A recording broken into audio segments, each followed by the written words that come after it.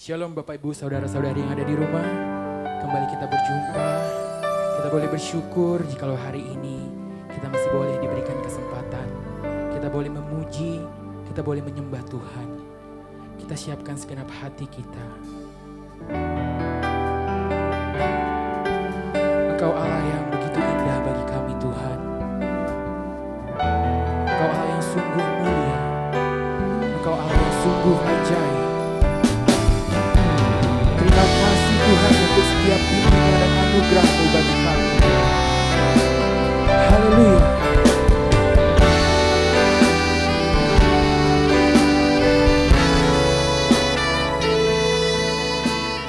Kita bersama-sama naikkan pujian ini. Sungguh indah Dia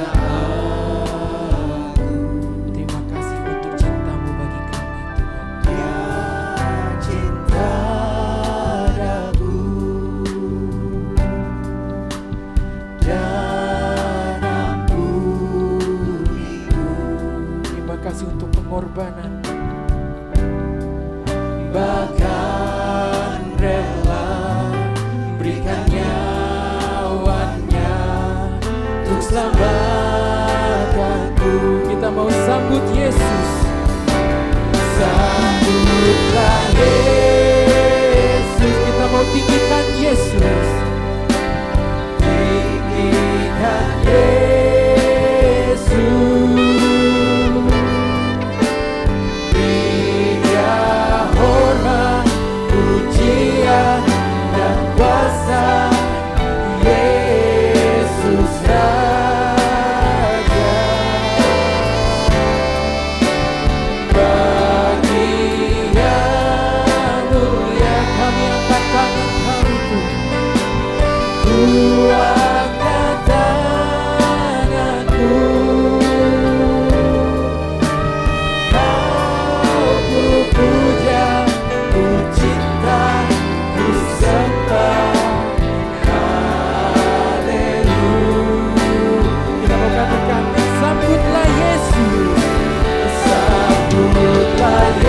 Dengan sungguh kita mau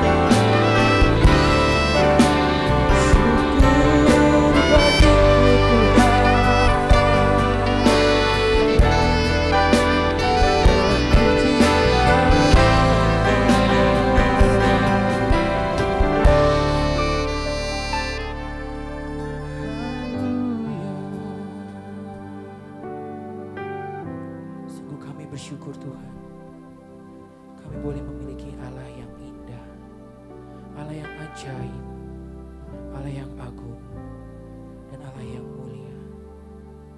Sebentar kami serahkan ibadah kami. Kami siap memuji Engkau dengan sukacita yang penuh. Bersama-sama kita mau katakan, amin. Bapak, Ibu, Saudara-saudari siap memuji Tuhan. Kita mau naikkan pujian bersama-sama. Sebab Tuhan adalah Allah yang baik. Kita mau naikkan pujian dengan hati yang penuh dengan sukacita. Angkat suaramu, angkat hatimu. Haleluya.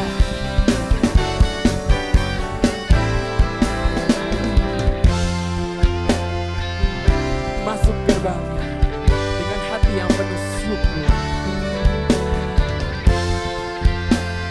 Bersama-sama kita naikkan pujian ini.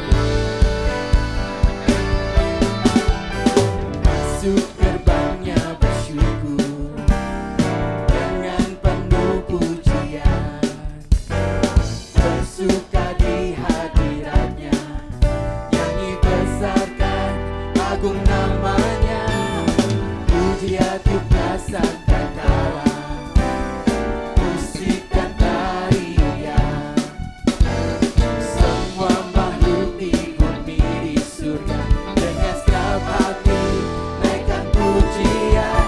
Sebab Tuhan baik, sebab Tuhan baik, sebab Tuhan baik, anugerahnya kekal selamanya. Sebab Tuhan baik, sebab Tuhan baik, sebab Tuhan baik, anugerahnya kekal selamanya. Dialah Yesus Kristus, Allah bagi kita.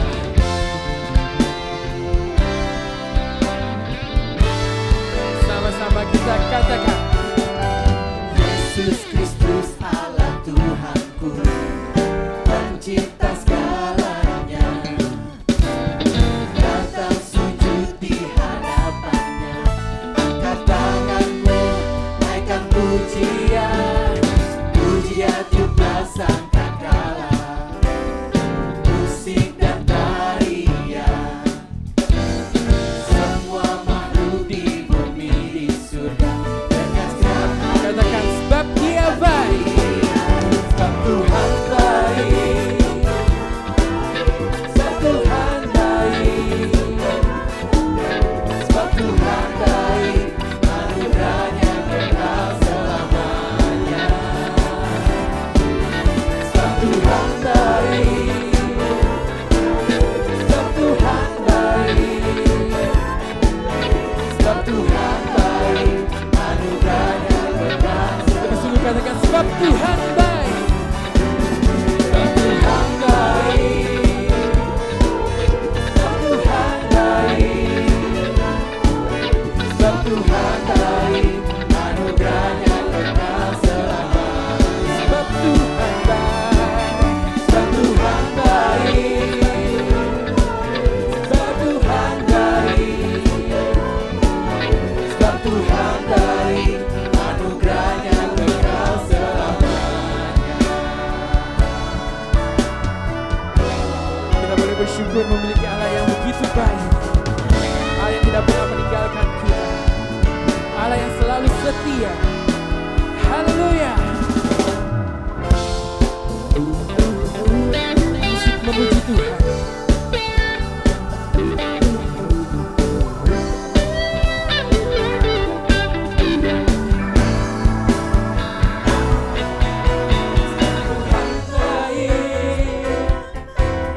Sebab Tuhan baik, sebab Tuhan baik, anugerahnya kekal selamanya. Sebab Tuhan baik, sebab Tuhan baik, sebab Tuhan baik, anugerahnya kekal selamanya. Sebab Tuhan baik, anugerahnya kekal selamanya. Sebab Tuhan baik, sebab Tuhan baik,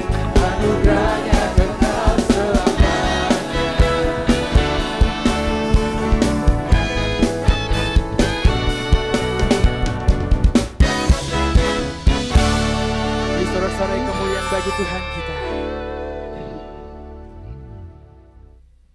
Kini kita mau teduhkan hati kita. Kita mau siapkan hati boleh dibentuk oleh firman yang akan disampaikan. Dengan rasa ucapan syukur, kami naikkan pujian kami Tuhan. Hanya kepadamu kami percaya Tuhan. Kaulah Allah satu-satunya bagi kami. Haleluya.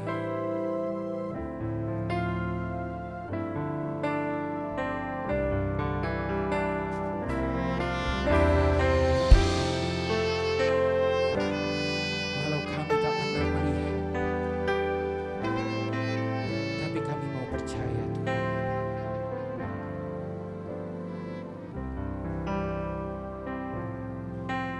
Terima kasih Yesus.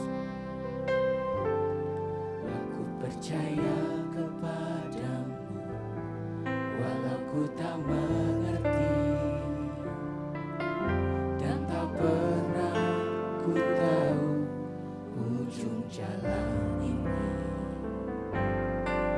Namun ku tetap percaya, Kau yang memanggilku setia, memandu langkahku berlabuh di sana.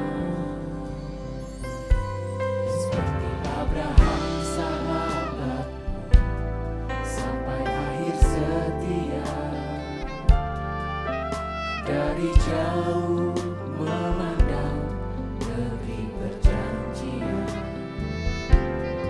tanah surgawi bermain, tanah yang Kau janjikan, tempat pertemuan semua saleh. Bawa aku ke sana, bawa aku ke sana, ajar aku setia, mengerti semua maksud dan jalanmu. Aku ingin di lagi indahnya dunia ini, karena ku yakin yang Kau sediakan sempurna.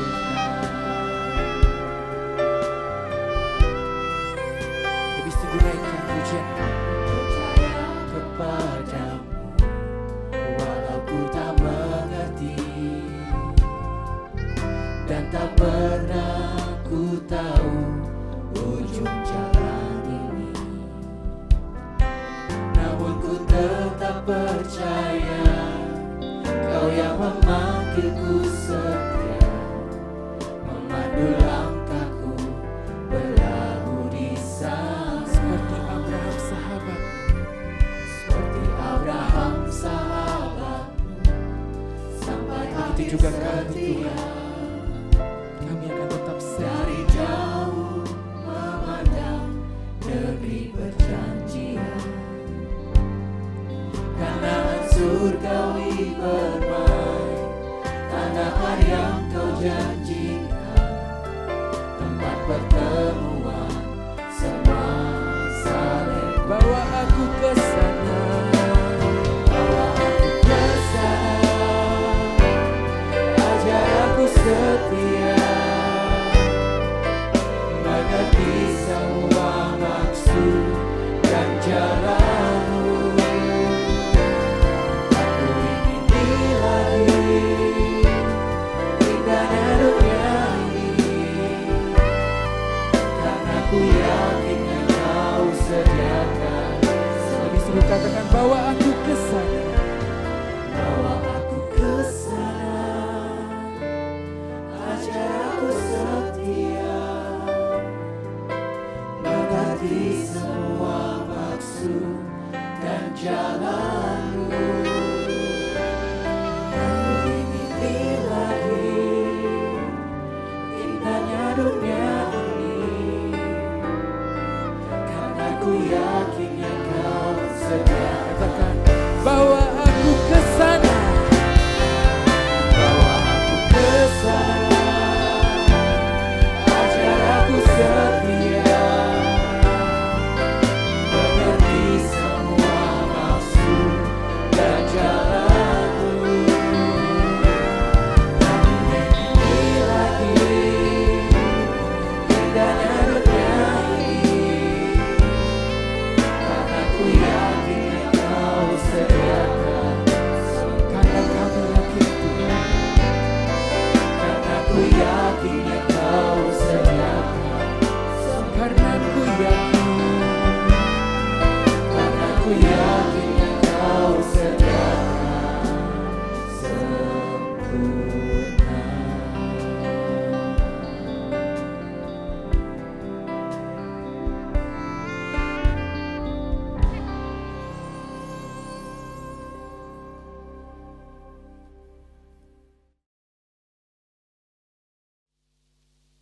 Shalom, Bapak Ibu Saudara sekalian. Sebentar kita akan bersama mendengarkan firman Tuhan. Buka mata hati pikiran kita semua untuk mendengarkan firman yang akan disampaikan pendeta senior kita, Bapak Pendeta Erastus Sabdono. Sebentar kita mau satu dalam doa. Saya undang Bapak Ibu untuk berdiri. Kita mau berdoa. Bapa di dalam surga, tidak henti-hentinya Tuhan, kami mengucap syukur dan berterima kasih atas kebaikan Tuhan sepanjang kehidupan kami sampai hari ini. Lebih-lebih Tuhan, sebentar kami akan mendengarkan sebagian firman-Mu. Buka mata hati pikiran kami Tuhan, akan kebenaran firman Tuhan, agar kami boleh mengerti akan firman Tuhan yang disampaikan, dan kami terus Tuhan mau belajar mana yang baik, yang berkenan dan yang sempurna. Pimpin ya Tuhan dari awal pertengahan sampai akhirnya ibadah ini, dan hanya di dalam nama Tuhan Yesus kami berdoa dan kami selalu mengucap syukur. Haleluya, amin. Silakan duduk Bapak Ibu. Shalom saudara sekalian, salam sejahtera. Kita bersyukur memiliki kesempatan untuk mengenal Tuhan Yesus Kristus. Kesempatan yang nanti akan saudara-saudara sadari sebagai kesempatan yang sangat mahal, sangat berharga. Karena dengan kesempatan ini, saudara-saudara, saudara bisa menjadi anak-anak Allah. Anak-anak Allah yang hari ini seringkali dipandang sebagai sesuatu yang biasa. Tetapi suatu hari nanti, orang akan menyadari betapa hebat menjadi anak-anak Allah di kekekalan, di dalam kerajaan surga yang sangat mulia, sangat agung. Sementara atau apalagi kalau melihat orang-orang yang terbuang dari hadirat Allah, betapa mengerikan keadaan orang-orang yang terbuang dari hadirat Allah di kekekalan itu.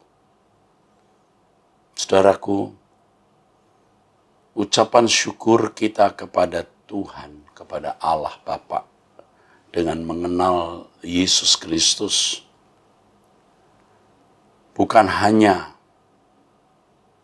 pada keselamatan secara pasif yang kita miliki, yaitu dengan berpikir, dengan percaya Yesus sebagai Tuhan dan Juru Selamat, kita masuk surga. Tetapi kesempatan untuk belajar, kesempatan untuk mengalami proses perubahan, yang oleh karenanya Tuhan Yesus berkata di Injil Matius pasal 28 ayat 18 sampai 20, yang dikenal sebagai amanat agung Tuhan. Jadikan semua bangsa muridku. Kesempatan untuk belajar kehidupan sebagai anak Allah. Itulah sebabnya, saudaraku, saya membuka pikiran saudara untuk menyadari bahwa menjadi orang Kristen itu bukan saja memiliki jaminan untuk masuk surga, tetapi kesempatan untuk mengalami perubahan. jaminan masuk surga menjadi sia-sia. Artinya akhirnya toh tidak akan masuk surga kalau seseorang tidak mengalami perubahan. Perubahan harus dipandang sebagai suatu berkat. Dan itu bentuk keharusan yang benar-benar harus kita alami, saudaraku. Ya. Bukan hanya anak-anak sekolah minggu yang harus mengalami perubahan. Bukan hanya mereka, anak-anak remaja kita atau pemuda kita. Bahkan saudaraku sekalian, bukan hanya dewasa muda. Semua kita. Semua kita. Bahkan kita yang mungkin hanya memiliki beberapa tahun atau beberapa minggu saja dalam hidup ini. Kita tidak boleh berhenti berubah. Itulah sebabnya Roma pasal 12 ayat 2 mengatakan, berubahlah oleh pembaharuan budimu. Ya, jangan serupa dengan dunia ini, supaya kamu mengerti kehendak Allah apa yang baik, yang berkenan, dan yang sempurna. Mengerti kehendak Allah apa yang baik, yang berkenan, dan yang sempurna, saudaraku. Itu bukan hanya untuk orang-orang muda, tapi juga orang-orang tua. Apalagi kita yang sudah mendekati hari-hari terakhir sebelum kita menutup mata, saudara. Kita, saudaraku, seperti saya ini, harus lebih giat untuk bertumbuh, mengalami perubahan, lebih tajam, lebih peka, untuk mengerti apa yang dikehendaki Allah di dalam hidup ini. Jadi jangan berhenti berubah. Perubahan demi perubahan dari hari ke hari, saudaraku, harus kita terima sebagai berkat. Dan itu berkat yang bersifat kekal. Lebih bernilai dari uang, gelar, kedudukan, jabatan, pangkat, atau apapun yang bersifat fana. Perubahan itu berkat kekal, berkat abadi, saudaraku. Jadi kita tidak boleh menyia-nyiakan berkat yang Tuhan berikan, yaitu perubahan. Kalau firman Tuhan mengajarkan kepada kita satu kebenaran, yaitu kasih Tuhan tak berkesudahan, tak habis-habis rahmatnya, selalu baru setiap hari, selalu baru setiap hari.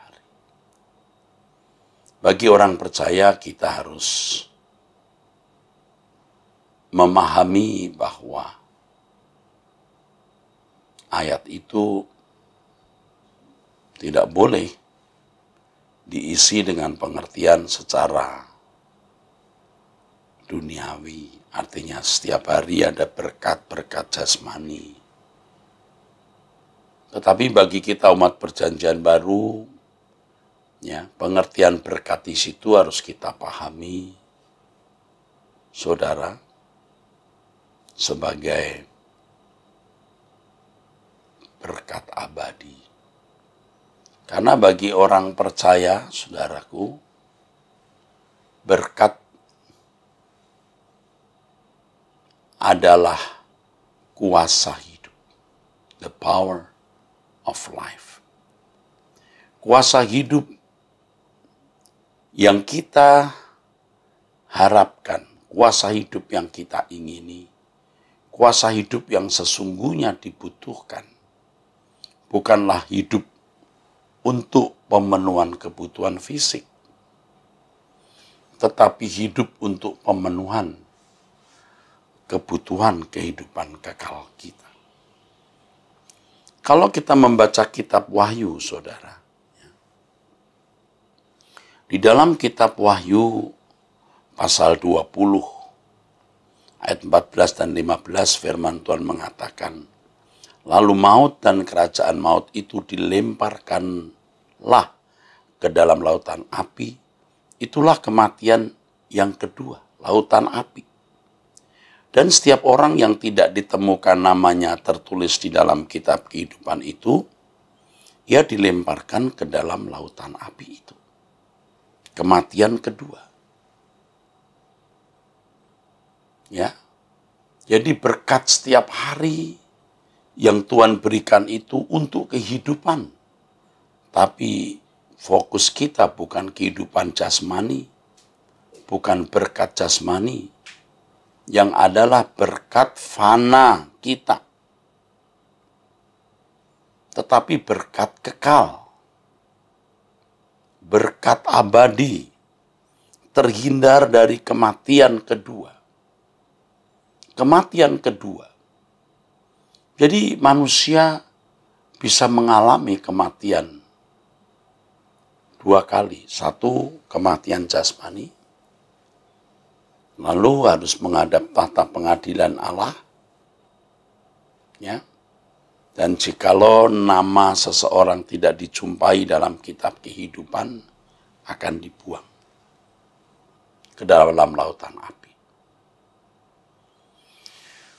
Saya sudah pernah mengemukakan orang yang mengalami dua kali kematian tidak akan mengalami kematian lagi.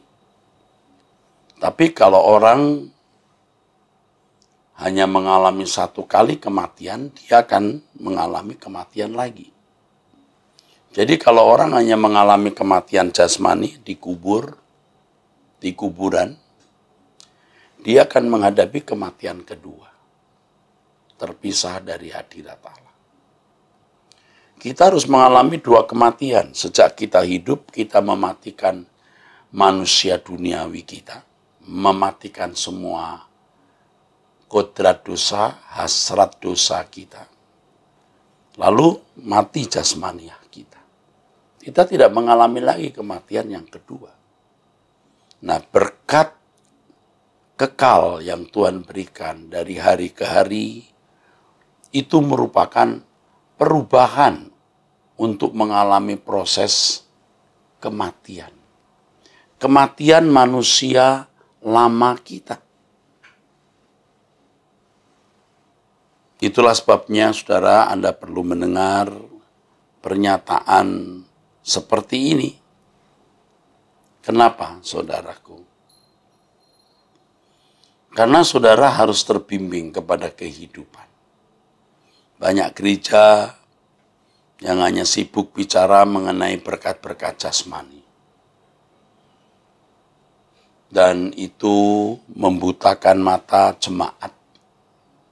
Tidak melihat kebenaran-kebenaran. Tidak melihat berkat jasmani. Maksud saya, tidak melihat berkat jasmani sebagai sesuatu yang fana.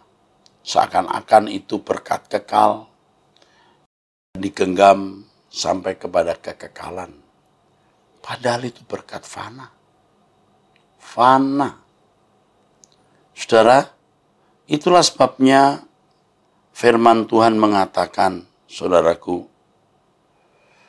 jelas dikatakan di dalam firman Tuhan, di dalam kitab Efesus pasal 4, firman Tuhan mengatakan, berhubung dengan kehidupan kamu yang dahulu,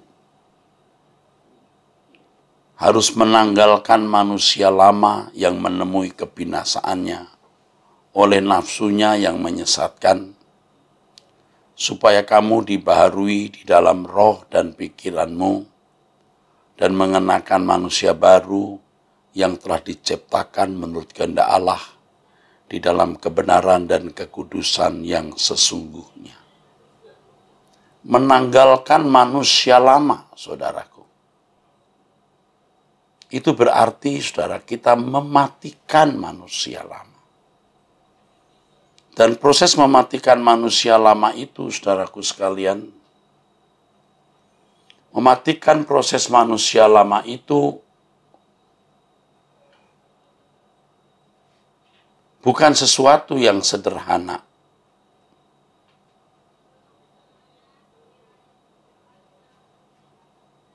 Bukan sesuatu yang mudah.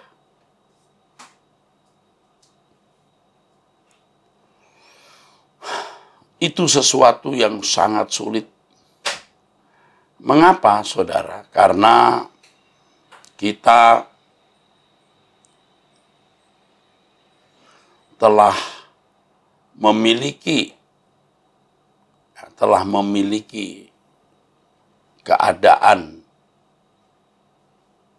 ya, manusia lama itu sejak kita muda, saudara. Sejak kita muda, kita membangun cara berpikir, gaya hidup yang sudah melekat. Yang pertama dari gen kita, gen dari orang tua. Ya. Yang kedua, pengaruh dunia sekitar yang fasik dan menjadikan kita manusia produk dunia. Ini manusia lama. Dan Tuhan mau menggarap kita untuk menjadi anak-anak Allah. Tuhan mau menggarap kita menjadi anak-anak Allah. Maka harus ada proses perubahan itu. Tuhan mau mengubah kita. Tuhan mau mengubah kita. Dan perubahan itu tidak bisa terjadi dalam waktu sesaat. Tetapi harus melalui proses. Harus melalui sebuah proses, saudaraku. Dan prosesnya tentu tidak mudah, saudara. Tidak mudah. Prosesnya tidak gampang, saudaraku. Ini proses yang berat. Istilahnya itu seperti orang mencabut nyawa. Tuhan Yesus berkata, barang siapa tidak rela kehilangan nyawa karena aku, ia kehilangan. Artinya binasa. Masuk dalam kematian kedua. Yang sama dengan terpisah dari hadirat Allah. Tapi kalau orang rela kehilangan nyawa, manusia lama dengan segala kesenangan-kesenangannya, ya, dia akan memperoleh nyawa. Artinya memperoleh kehidupan. Tidak masuk ke dalam kematian kedua. Banyak orang tidak mengerti dan tidak mau mengerti. Apalagi kalau seseorang itu sudah terbiasa menikmati hidup. Hidup dalam kenyamanan. Ada orang pernah berkata kepada saya, ke gerejanya Pak Eras itu, ya, orang kaya teraniaya. Sebenarnya siapapun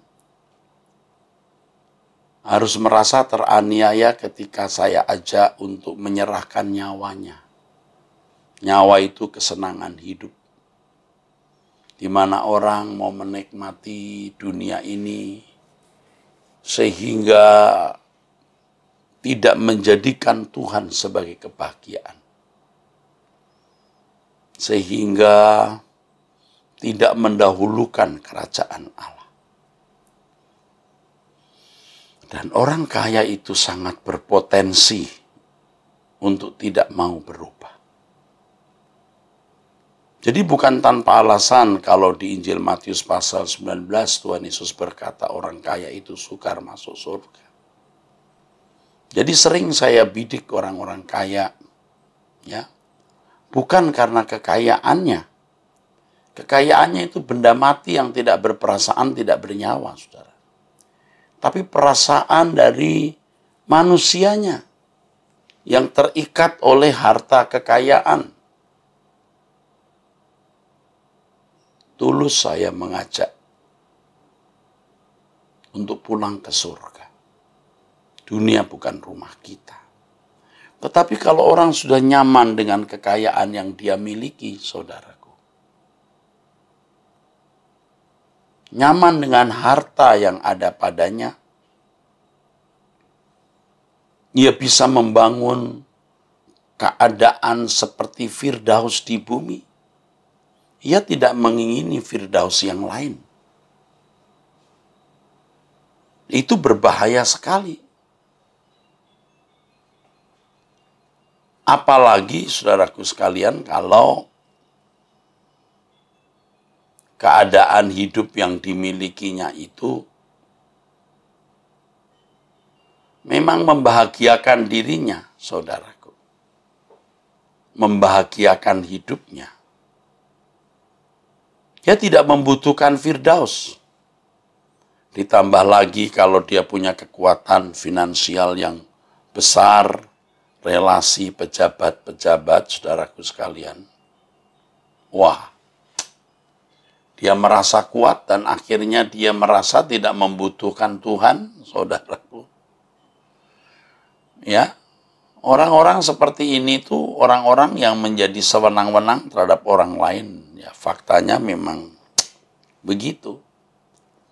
Saya ini kan melihat sendiri dengan mata kepala sendiri dan membuktikan kekayaan itu membuat orang jadi angkuh, menjadi sombong, saudaraku. Aduh, ini kan fakta yang tidak bisa dibantah, saudaraku. Kenyataan fakta yang tidak bisa dibantah. Aduh, saudaraku, ini fakta yang tidak bisa dibantah, saudara. Makanya saya menyerukannya, ayo.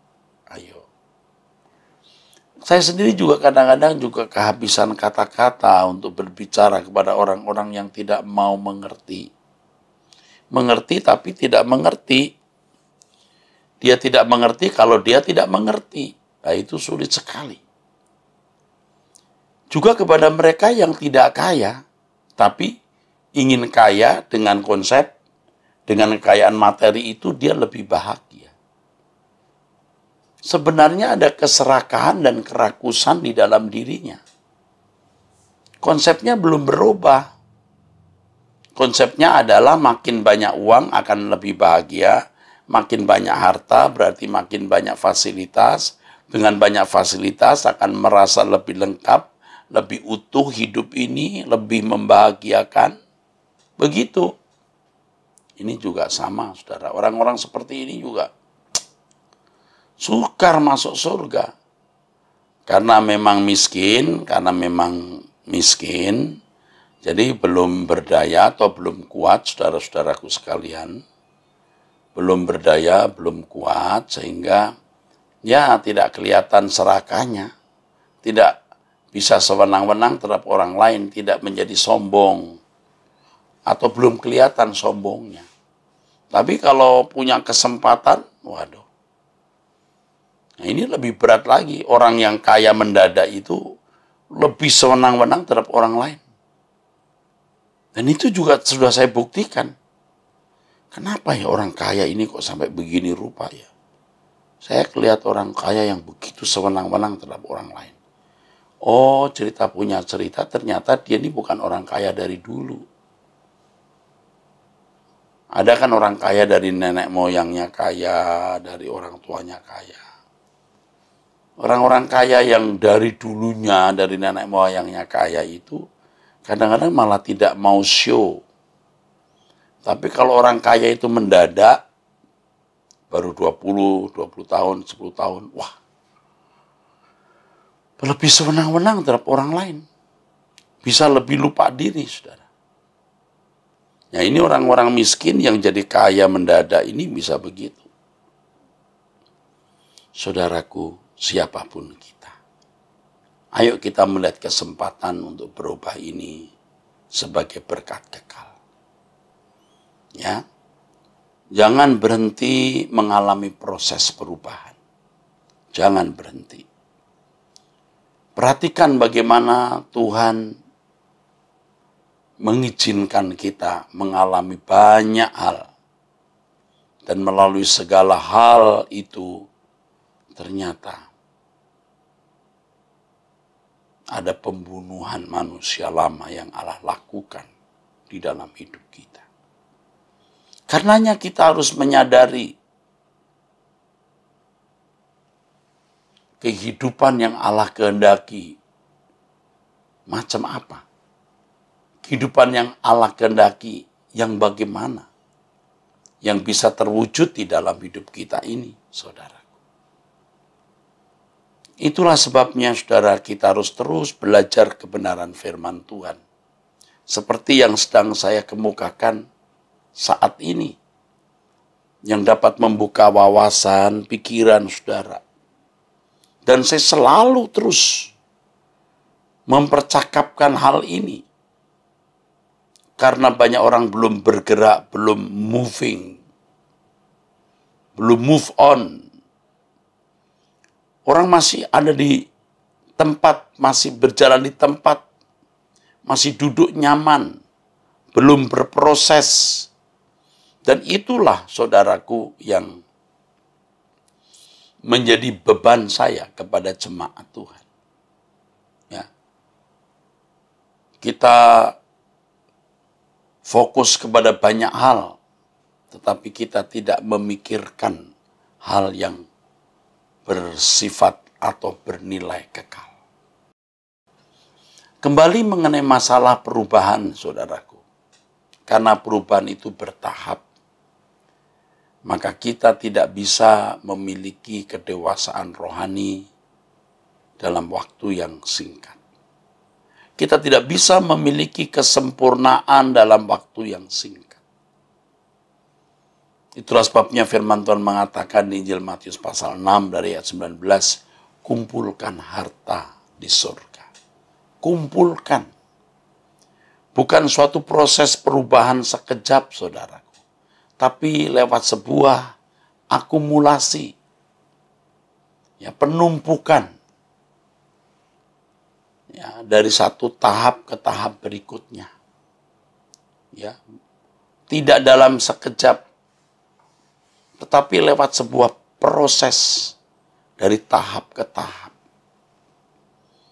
Nah, banyak orang berpikir bahwa ia akan selalu punya kesempatan untuk itu.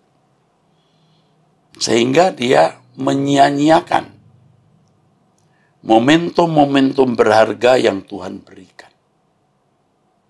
Waktunya dihabiskan untuk menikmati dunia dengan berpikir bahwa dirinya tidak berniat masuk neraka.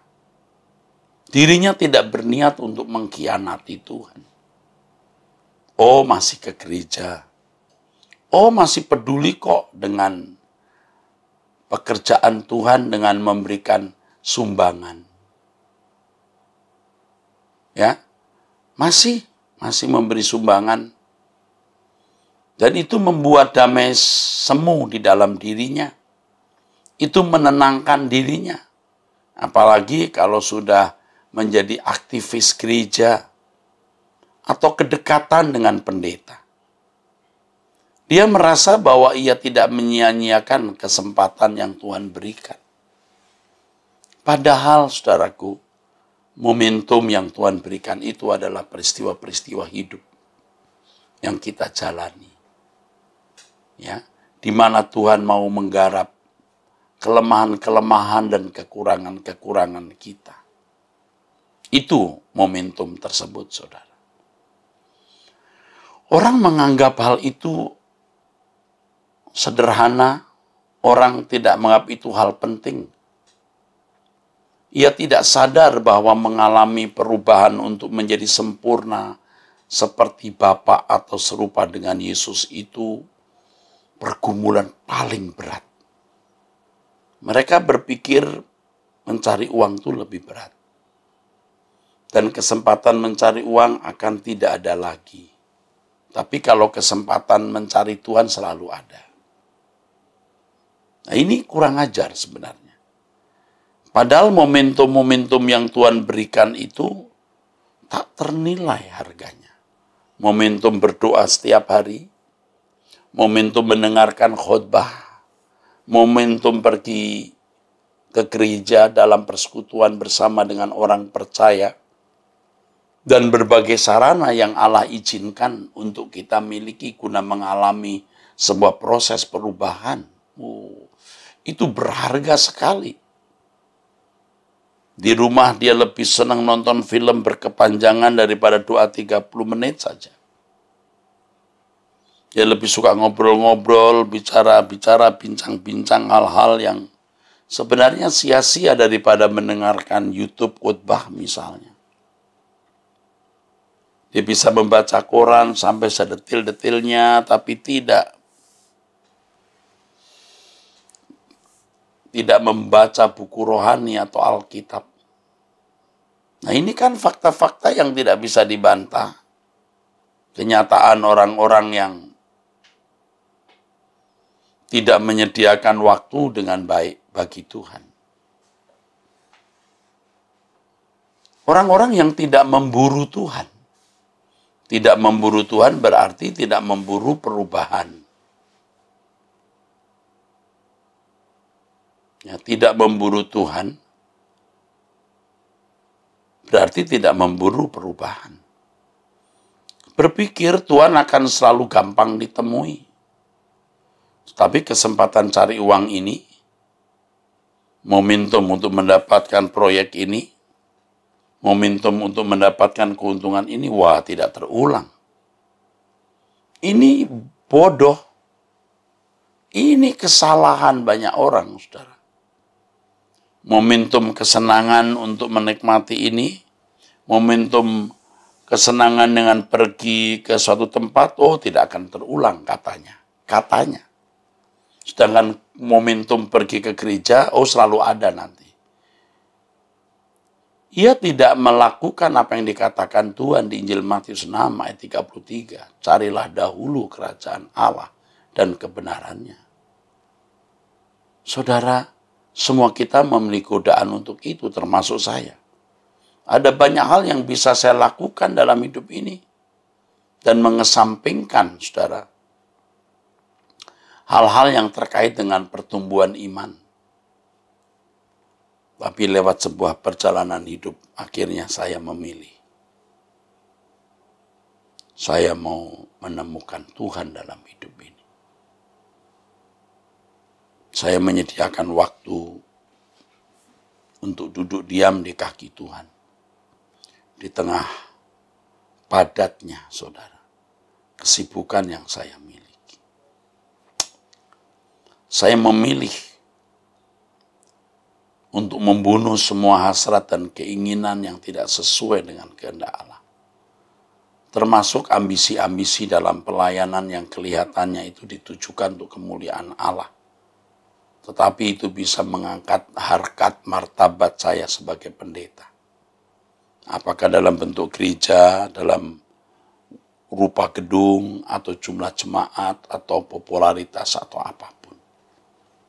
Semua kita punya godaan yang sama, saudara. Tapi aku memilih bagaimana makin hari aku makin berubah. Makin hari aku makin berubah. Saya katakan kepada para pendeta-pendeta di lingkungan Gereja Suara Kebenaran Injil, ayo kita tiarap. Dengan adanya COVID-19 ini, kita bisa lebih banyak merenungkan kehidupan ini. Ini suasana yang kondusif, artinya suasana yang mendukung tercapainya tujuan, yaitu tujuan kita untuk menjadi manusia Allah. Tiarap. Kita tidak lagi terlalu memikirkan organisasi dan kegiatan-kegiatan gereja, tapi melihat diri kita, apakah kita sudah menjadi manusia yang benar-benar berkenan di hadapan Allah. Ada satu kalimat lagu yang saya gubah, yang referennya kalimatnya begini. Kiranya engkau temukan, di matamu aku berkenan, di antara manusia. Itulah kehormatanku, terindah dalam hidupku, kebahagiaan di hadirat-Mu. Kebahagiaan di hadirat-Mu, kebahagiaan di hadapan-Mu. Saudara, dan untuk itu kita harus mengumpulkan. Menjadi seorang yang berkenan itu tidak dalam satu hari, tapi lewat proses. Oleh sebab itu yang pertama kita harus teguhkan tekad kita. Kita teguhkan tekad kita, kita teguhkan niat kita. Teguhkan hasrat kita. Kita putuskan pilihan kita. Aku memilih pulang ke surga. Aku memilih untuk berkenan kepada Allah. Ya, lebih dari segala sesuatu. Aku bisa tidak menikah atau tidak memiliki teman hidup. Aku bisa tidak memiliki keturunan. Aku bisa tidak memiliki rumah dan berbagai fasilitas. Tapi aku tidak bisa tidak berkenan di hadapan Allah. Itu prinsip dulu. Yang bernilai dalam hidupku adalah aku berkenan di hadapan-Mu. Kalau orang berkata, Pak Eras, khotbahnya tidak berubah. Tidak mungkin tidak berubah. Tetapi apapun khotbah saya, nanti akhirnya berkenan di hadapan Allah. Iya. Kiranya Engkau temukan di mata-Mu aku berkenan di antara manusia. Itulah kehormatanku terindah dalam hidupku, kebahagiaan di hadirat-Mu. Itu maksudnya. Kebahagiaan di hadirat-Mu. Ini yang ku cari. Kalau saudara tanya saya, Pak Pendeta Erastus merasa sudah sempurna belum? Belum. Saya masih belum merasa sempurna. Saya masih merasa kurang. Saya masih haus. Dan saya mau lebih rasa haus.